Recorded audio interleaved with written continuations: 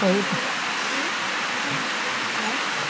जर या राज्यकर्त्यांना संविधान मान्य नसेल तर संपूर्ण जगातील लोक त्यांना प्रश्न विचारतील. तुमच्या भिक्षाटना तरी 5 दिवसापासून विना अन्न पाणी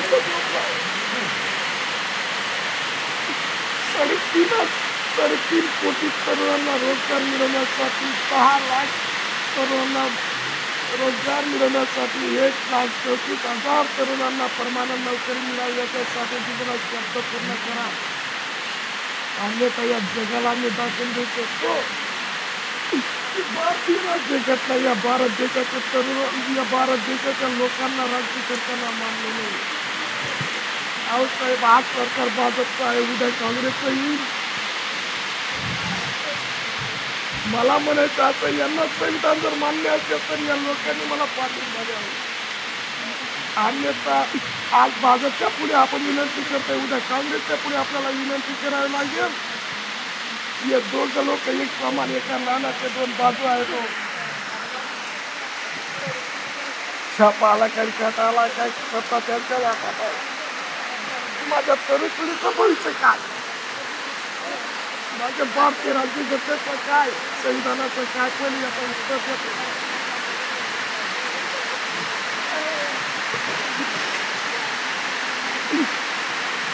मी अशा लोकांकडे भीक मागणार नाही ज्या लोकांना संविधान मान्य नाही. मी अशा लोकांकडे भीक मागतो त्यांना संविधान मान्य आहे आणि जगाला यांना उत्तर द्यायचं आहे. जगाला उत्तर द्यावं.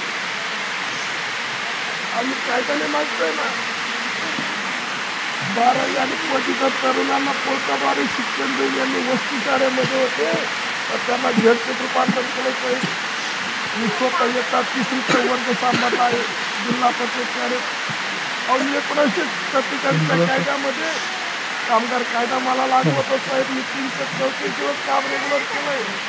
त्यातला कोटी माझं नाव आहे आणि त्यातला कसा म्हणतो, मी 3रीचा वर्ग सांभाळला आहे साहेब. मुख्याध्यापकांचं नाव आणि माझं नाव एका त्यातलाच आहे. मुख्याध्यापकांचा वर्ग मी सांभाळला साहेब. माझ्याकडे व्हिडिओ सुद्धा आहेत आणि मुख्याध्यापकांचा सही शिक्षकांच्या आदलाजवळ वर्ग सांभाळला. साहेब 10,000 रुपये मानधन मला याने स्टेट बँकेमध्ये टाकलं आहे साहेब. मी काम केलं म्हणून माझे प्रत्येक दिवसाला यांनी सिग्नेचर घेतले आहे, मला पगार दिलेला आहे. अहो साहेब, या लोकांना जर संविधान मान्य असेल तर हेच लोक मला न्याय देतील. यांना संविधान मान्य नसेल तर मी इथं जीव सोडेल, पण मी तुम्ही असणार नाही. देशातला पहिला तरुण आहे गावाच्या ग्रामपंचायतीपासून पोलीस पाटीलपासून जिल्हा अधिकाऱ्यांपर्यंत राज्याचे मंत्री लोकांपर्यंत एवढंच काय, मी राष्ट्रपतींपर्यंत निवेदन दिले साहेब. या देशातल्या राष्ट्रपतींना जर माझं संविधान, बाबासाहेबांचं संविधान मान्य असेल तर त्या मला न्याय देतील. म्हणूनच काय साहेब, मी सर्वोच्च न्यायालयाचं सुद्धा नाव टाकलं, राहुल गांधीचं सुद्धा नाव टाकलं. त्यांना जर संविधान मान्य असेल तर आम्हाला न्याय देतील.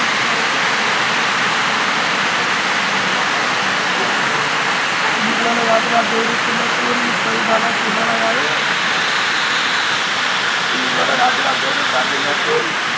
या देशाला 3.5 कोटी तरुणांसाठी आहे. त्या राज्यात 10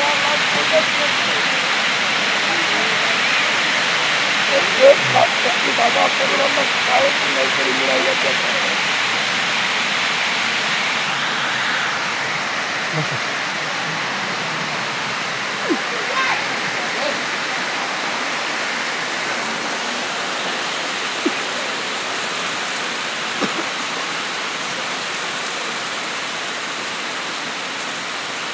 बघा सर, या इथली परिस्थिती मी अभिलाल दादांची स्वतः बघितली असेलच.